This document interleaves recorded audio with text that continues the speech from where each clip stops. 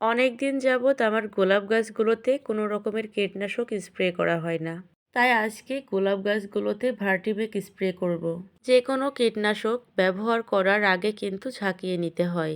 আমার গোলাপ গাছগুলোতে যতটুকু পানি লাগবে আমি আন্দাজ মতো নিয়ে এখানে পরিমাণ মতো কীটনাশক মিশিয়ে দিলাম। এরপর কিন্তু আবারও খুব ভালো করে মিশিয়ে নিতে হবে। এই ভার্টিমেকের গন্ধ কিন্তু আমার একদমই সহ্য হয় না, তারপরও কি আর করার, ব্যবহার তো করতেই হবে। ঝাঁকিয়ে নেওয়ায় দেখুন পানিটা একদম সাদা হয়ে গেছে। তো প্রথমে এই বড় গাছটা থেকে আমি স্প্রে করা শুরু করলাম। গাছের পাতা সুস্থ থাকা অবস্থাতেই কিন্তু কীটনাশক স্প্রে করতে হবে। তা না হলে মাকড় যদি একবার পাতাতে লেগে যায় তাহলে কিন্তু সেই পাতা আর ঠিক হয় না। মাকড় লাগার পরে যদি আপনি কীটনাশক স্প্রে করেন তাহলে কিন্তু ওই পাতাটা আগে কেটে ফেলতে হবে, তারপরে স্প্রে করতে হবে। তারপর দেখা যাচ্ছে নতুন পাতাগুলো সুস্থভাবে বের হচ্ছে। তাই আমি মাকড় লাগার আগেই প্রত্যেকটা গাছে কীটনাশক স্প্রে করি। থ্রিপস কিন্তু এই নতুন কচি পাতাগুলোতেই আক্রমণ করে।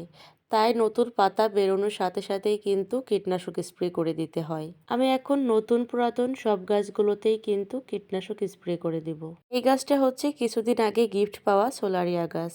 আর এটার আইডি হলো ব্লাশ। ব্লাশের পাতাগুলো কিন্তু একটু বেশি লালচে হয়। আমার কিন্তু বেশ অনেকগুলোই গোলাপ গাছ আছে, তো সবগুলোতে দেখাইতে গেলে কিন্তু ভিডিওটা অনেকটাই বড় হয়ে যাবে। তাই ভিডিওটা আমি একটু ফাস্ট মোডে দিয়ে দিয়েছি। এই সবগুলো গাছে কীটনাশক স্প্রে করতে গিয়ে আমার হাত একদম ব্যথা হয়ে গিয়েছে।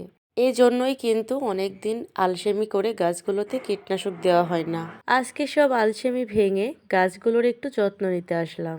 ভিডিওতে যে গাছটি দেখতে পাচ্ছেন এটার আইডি হলো রিওছাম্বা বা আইকাচার। এই গাছটা থেকে কিন্তু বেশ অনেকগুলো করে একসাথে ফুল হয় আর কালারটাও চেঞ্জ হয়। এরপর এটা হলো আমার দেশি ভ্যারাইটির সাদা রঙের গোলাপ গাছ। এই গাছটা দেশি হলেও কিন্তু আমার খুব ভালো লাগে।